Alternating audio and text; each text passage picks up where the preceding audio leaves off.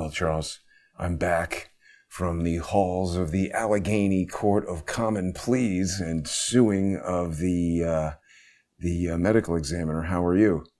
I see you're in chambers there. I'm great. Improving on tennis, improving, You look just great. feeling. Yeah, Thank everyone you. can see it. Your fitness is improving. Your outlook on, just the whole Malaysian lifestyle has been, I think, quite good for you. Looking as fit as you've been since I've known you. Yeah, no, I'm in some ways fitter and getting stronger, and feeling. Not that I felt bad, but I think the impact of us decoupling from the American food supply and getting out of an environment where everybody is so negative and there's so many threats you have to cope with and so much bad news everywhere is Mm, very positive. Now, yeah. and it also being in Asia unjet lagged is a novelty. I mean, I don't know how many different times I've been to Asia, but most often when I was coming from the States, I would be jet lagged when I arrived, and then I'd be jet lagged when I got home. Hmm. And so it's a real treat to be here and just feel like, you're normal. So you're not moving to Los Angeles to participate in some riots? Get some burned out suburban trash. No, I mean, watching this from afar, I have to say, and I remember I was in a place where we set up a private equity fund in Ireland, which had to be managed by a CEO, and the CEO had reported to a team of board members, of which I was an important board member by the amount of voting power I had. And it's one thing to just say, hey, CEO is screwing up and we need to replace the CEO. But if you manage something in a way that is obviously not reckless but dangerous, and you don't take the steps that you should have known to take in advance, that begins to implicate you, the management, the people on top of the food chain. And the people on top of this food chain are the American people. Donald Trump is the president, but there was a major contest in November of 2024, and the results are in without doubt, and he won. And what has been happening, this is a pattern, this Indivisible group we're going to talk about in No Kings. Indivisible was created in December of 2016, so after Trump won the first time. And ever since, it is basically I would argue, a fake nonprofit working with other fake nonprofits to just fuck Trump up and his supporters up and destroy the democratic process that they talked about revering in 2016 and 2024 in those two elections, and back actually in 2000 when Gore lost to W. Bush. So when Democrats lose, the elections aren't legitimate. When they win, you can't question the results, even if they are illegitimate. That's a message that we cannot accept as a country. We cannot accept. And the people behind this no kings bullshit are, kind of an evolution from the Bill Clinton, let's get a black woman and put her into a position to cover up our crimes. And anytime that investigators get on the issue of whether crimes were committed, we'll trot Cheryl Mills in, we'll trot this person in, and they can't ask any reasonable questions because all of those are sexist and racist. The evolution of that is to take two nitwits who are now married to each other, so they can't testify against one another, and put them in charge of starting an insurrection. Forget January 6th, starting an insurrection. And the building blocks are as plain as these many books and papers are on the desk that you can't see in front of me. The building blocks are to get the entities and more that are on that No Kings poster that's circulating all over the internet. Get members of to show up to these many, quote, spontaneous rallies. And then the Antifa and other miscreants will be inserted into the midst of these useful idiots, and they will push the system to the breaking point, as they tried to do with George Floyd and BLM riots in 2000. That's the game plan. And it's these people are brazen, repeat arsonists. These are not responsible charity people. You can have your political views. You could say in America that you want to be a communist. But what you can't do is coordinate using the mail, using the internet across state lines, a unified attempt to bring the system of governance in the United States to a standstill or worse. At the same time, courtesy of the previous nitwits who were in power, we have millions, perhaps over 10 million illegal aliens in our midst. We see from the television screen so far what happens when you let this run riot. And that is going to happen on June 14th if Trump and his team doesn't get a lot tougher. I mean, I saw, and I circulated to you, Jason, Lee Greenberg and gotten some podcast on June 10th that has been circulating. The guests were Lee, I think, and Al Sharpton, who's a criminal moron. And I say that for what he did in Poughkeepsie, and then he doesn't believe in paying his taxes. You have Randy Weingarten, who's another as yet prosecuted criminal moron, who insisted that elementary schools and schools in general be locked down for months after they should have been opened to protect her teachers, not to protect the children. And there has been untold damage done now to generations of young people in our country, thanks to Randy Weingarten, who pulls over $1 million a year from all her various ventures down, leading this American Federation of Teachers. She's there. A number of other political figures were on this teachable thing to explain what they want to do on June 14th. Enough already. You know, we'll do in the paid section, we'll go through some of the paperwork that I was able to do this morning in 60 seconds to show that indivisible is just like BLM. Indivisible, yes, there is an indivisible. Yes, of course, it's based in Washington, D.C. Yes, of course, it was set up by lawyers and it's handled by lawyers. But what they did is they set up all these other chapters, which just like BLM, none of which are legitimate, all of which are out there, likely soliciting funds, stealing money, etc. This is the same template as BLM. And where are the BLM crooks? None of them are in jail. So all these indivisible people and people who want to emulate BLM in other ways, all of them are looking at June 14th as a payday. You know, they want to run riot. They're going to compete to run riot. And the way you stop this is you figure out who's funding it and you round up the ringleaders. You round up all of these people mentioned as trustees, managers, et cetera. And anyway, if any of these, a lot of these chapters were cited by California as one state that I looked in as having been dissolved. So there are various and sundry names you could round up. Kash Patel and before him, Christopher Wray and others at the FBI were fond of saying that the FBI is America's premier fighting force, investigative force. They were able instantly after January 6th, and I would argue before January 6th, 2021, they were instantly able to identify some ringleaders. Of course, they didn't want to identify the people who were on the FBI team who were inciting violence there. That would have not been helpful. But they were instantly able to target and did indeed target many attendees, put them in awful prisons on, as it were, trumped up charges that should all be thrown out based on what we know today and what we will discern in time. If they can mount, if the FBI under Chris Wray and Biden can aggressively move and put 1,500 people in jail, they could certainly look hard at what is now out there. It's the arsonists are saying we're going to burn the country down on June 14th. You know, Trump needs to step up his game here and pound big hammers into these heads here, big ass hammers. Who exactly? Legally speaking, not actually pound heads with hammers. No, legally speaking, of course. I'm not saying incite violence, but this is a combustible moment. We have a lot of college-age scruffies without jobs, likely. We have these nonprofits, whether they're tax exempt or action organizations that are willing to hand out cash paychecks, and the summer is going to be long and hot. There's a lot, and Trump just needs to send a clear message that this kind of stuff is not lawful, tax exempt.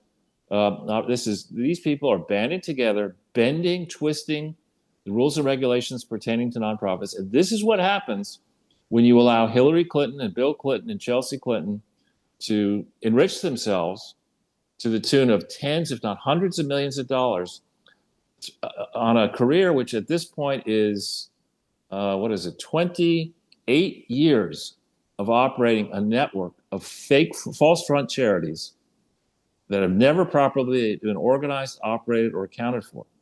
You have this template. They got away with it. They have multiple mansions and apartments and whatever. Joe Biden saw this, so the Biden family expanded what they're doing.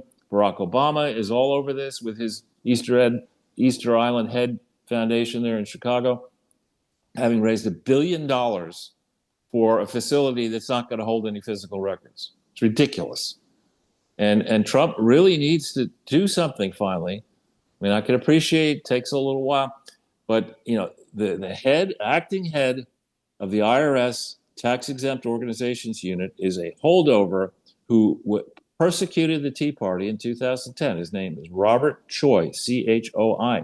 That man should absolutely not be, and I don't know what the rules are in the IRS, what Trump can do in terms of disciplining people, but that man needs to be, if he has to keep a job, he needs to be transferred to the smallest IRS office in the most miserable part of Alaska in the winter. He should have nothing to do with tax-exempt organizations, and the team in the tax-exempt organization department all needs to be replaced. And don't tell me you can't do it, because Robert Kennedy is doing it at the Department of HHS. He just disbanded the entire team that was supposed to advise on which vaccines children are supposed to get. Every single person was removed, many of whom he believed have, I think, conflicts of interest. So if you can do it there, you can do it in the IRS. And the tax-exempt department, I would argue, is a criminal organization. It has nothing to do with rooting out charity fraud and everything to do with protecting dynastic political families in both parties, especially including the Clintons, the Bushes, the Obamas, and the Bidens. Yeah. And because this fraud is rampant, these young punks, who are running indivisible, believe they can get away with anything. And that is how Rome fell. I mean, we cannot allow this to happen. Examples need to be set so that when you're in your 20s or 30s, you don't say, well, look, I saw this Greenberg and Levin people go from nowhere to, taking on the sitting president of the United States on Flag Day on his birthday. And they're being lionized in legacy media and promoted in social media. This has got to change. And you can't, it's as if you knew, it reminds me a little bit of the feelings I had before 9/11. I was very concerned. I didn't know about a specific terrorist attack, but I had dinner, I told you this before, with the former president of Jane's Defense Weekly and my business partner then, and just the three of us on September 10th at a nice restaurant I love called San Pietro in New York. And I asked this guy, as I often do with people like that, I said, what's the chance of a major terrorist event happening in New York City in your view? And the guy said 100%. That was the night before 9/11. I'm not saying he predicted 9/11, but I have the same feeling now. This is the momentum is stalling for Trump. Yes, these trade deals are being announced, but there are no particulars. The situation in Ukraine is escalating. The big beautiful bill hasn't been passed. The Elon Musk thing went south. And these are momentum players in D.C. They're stuck in, and in the blue states, they are stuck in. They understand what could happen if Trump succeeds here, and what could happen to many of these people is they could go to jail. So they're doing their level best to stoke tensions in conflict zones around the world, non-essential dependents in, I think, Iraq, Bahrain, and Kuwait have just been ordered out of those countries for fear of what Iran is threatening to attack bases in the Middle East. This is a very dangerous moment, and people are watching to see just how tough Trump is. And it would seem to me that, he needs to, if he was going to put 2,000 troops in LA, he should put 20,000. Because as I was watching, there's this YouTube channel I was watching, And they rightfully pointed out that the curfew zone was just a square mile, or a small amount of Seems that. performative to even bother with that Right. now. Right.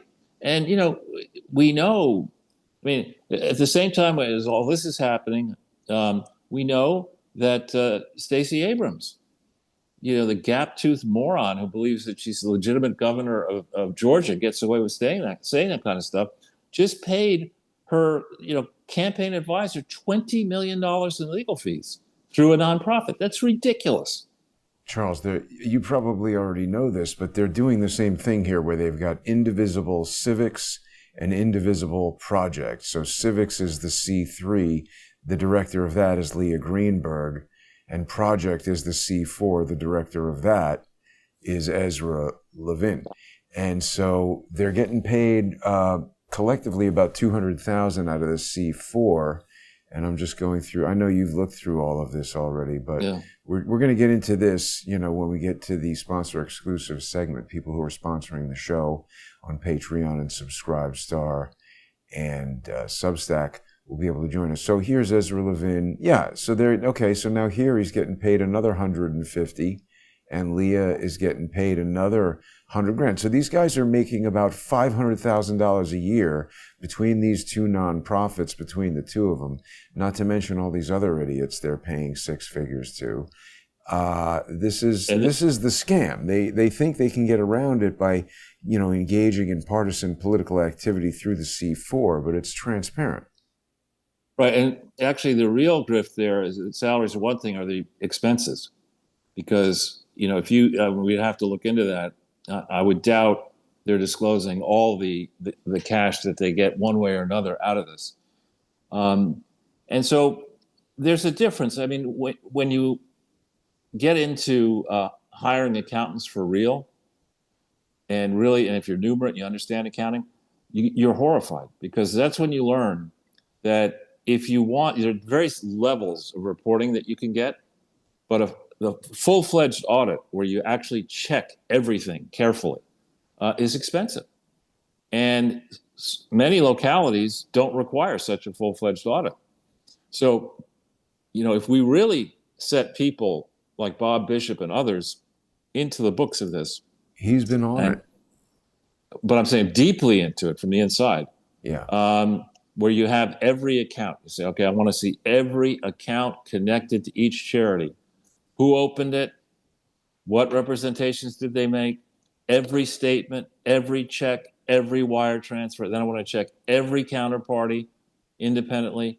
This says here that this entity owes you X. Why does it owe you X? Show me the bill. Show me the retention agreement. If you get into that level of detail, in probably 30 days with a team of 20 people or less, given AI, you should know right away that this is a complete front.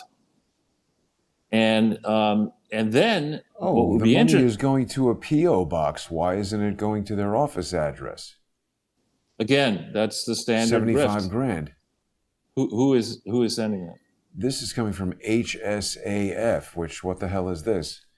Yeah, again, you should be able. Look, I'll say his name. There's a guy who's won, I believe, 2 Pulitzer Prizes. Here's his book right here. One of his books, Her Way, Jeff Girth. You've met him, I think.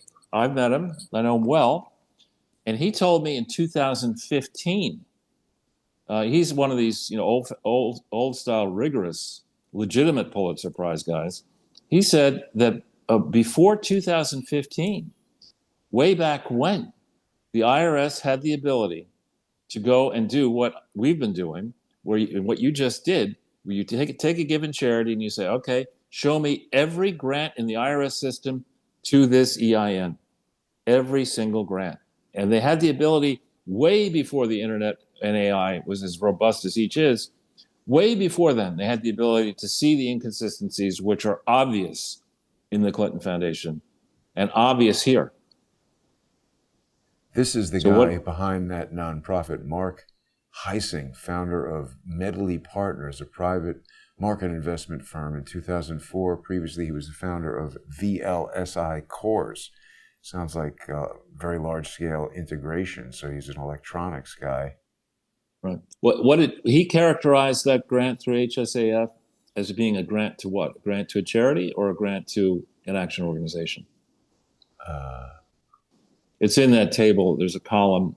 yeah, let me Lists the get back name. to it here. Yeah, I got a lot of things open. no problem. Um, yeah, I mean, this is a research project. Obviously, when we go through it like this, uh, here, let me go back. When we go through it like this, it's mostly just like a top-down quick thing. Sure. Here it is again. So he's got it going to their P.O. box and general support.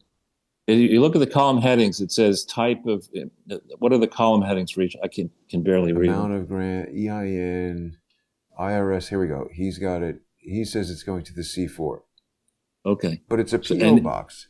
Yeah, it's going to the C4. That's project. But I'm sure they're doing the same thing that Norm is doing, where they're sharing expenses. They're definitely sharing the office. They were both at the same office in Washington, D.C., so that alone is a violation. Yeah, so Singapore has a very interesting approach to many things, but one of them is that you cannot just whip your ass for chewing gum. You're gonna get shot. Well, no, it's even better than that. In Singapore, if you have a charity, it must operate in Singapore, and that's it. You can't have a charity based in Singapore that's doing stuff in Africa. Just can't do it. And I think in Washington, D.C., until the capital of the country is moved, which it should be, in Washington, D.C., we should have a similar rule. If you're a charity in Washington, D.C., you can only do activities inside Washington, D.C., because you're not going to be policed effectively. Jeanine Pirro doesn't have a gigantic team, and she's not going to be able. I tried using another great journalist, Richard Pollock. He tried to get into the archives of the Washington, D.C. Charity Bureau, and he was told, "Look, we moved the material to a new location, and we don't have access pending maintenance and construction and all kinds of excuses." Short of having, people with guns and legitimate authority to go into that facility and tear it apart and look for stuff, you're not going to be able to get into it. And they know that. Charles, here's an infographic to explain the process of caning in Singapore. It's critical that you have this padding to protect the kidneys. They don't do anything for the anus. That's clearly the target of this punishment. So this guy's ready to whip ass, and they're talking about how some Germans spray paint the trains. I mean, I don't know if I disagree with this. Don't go to Singapore and spray paint their trains if you don't want your ass to get whipped. Again, the principle of our system of nations, if we still have one, is that each nation has the right to its own self-determination. If Singapore wants to whip you, people in Singapore, for chewing gum, don't bring any fucking gum into Singapore or you're a moron. It's just, you don't have to go to Singapore. There's no requirement that an American go there. Oh, look at this. This is the training. The caning training dummy. That's amazing. That's a huge market in Singapore. Right. I mean, this is a system here where, Trump talks a huge game, but he's not talking tough enough. Talk is one thing. I'd like to see some action. No, I mean, it seems like we've been like a week of riots in L.A. Charles, we're just about ready. We're just about ready to make our way over to the First Amendment Forum, where our sponsors. We're going to do a deep dive into some of these 990s and the various documents from these charities. Take a look at exactly how this indivisible grift is put together. People can join us on crowdsourcethetruth.substack.com or subscribestar.com or patreon.com/crowdsourcethetruth. Also, people who subscribe to me on X at JG_CSTT. We've got about a minute left, Charles. Anything else you want to say before we go over there? Lawlessness is a bad idea. As my friend Kurt Schork, who was a Rhodes Scholar with Bill Clinton, found out when he went to Liberia to try to help, and some 13-year-old kid shot him in the face, dead. We don't want to descend into lawlessness, and people advocating for it need to feel the long arm of the law hard. Yeah. I mean, I think we're pretty close to there. Hopefully not yet. We'll see what happens Saturday, but we'll be right back. Thanks for tuning in, everybody. Thanks to everybody who sponsors the show. If you're not sponsoring the show, please get on there. Join us for this deep dive into Indivisible. You're really going to enjoy it. If you have not seen Charles and me do this before, I think it's quite impressive. The amount of information that we can pull up just from going through these things. They're shameless. They put it right in plain sight. So we'll be right back with that. Thanks for watching, everybody.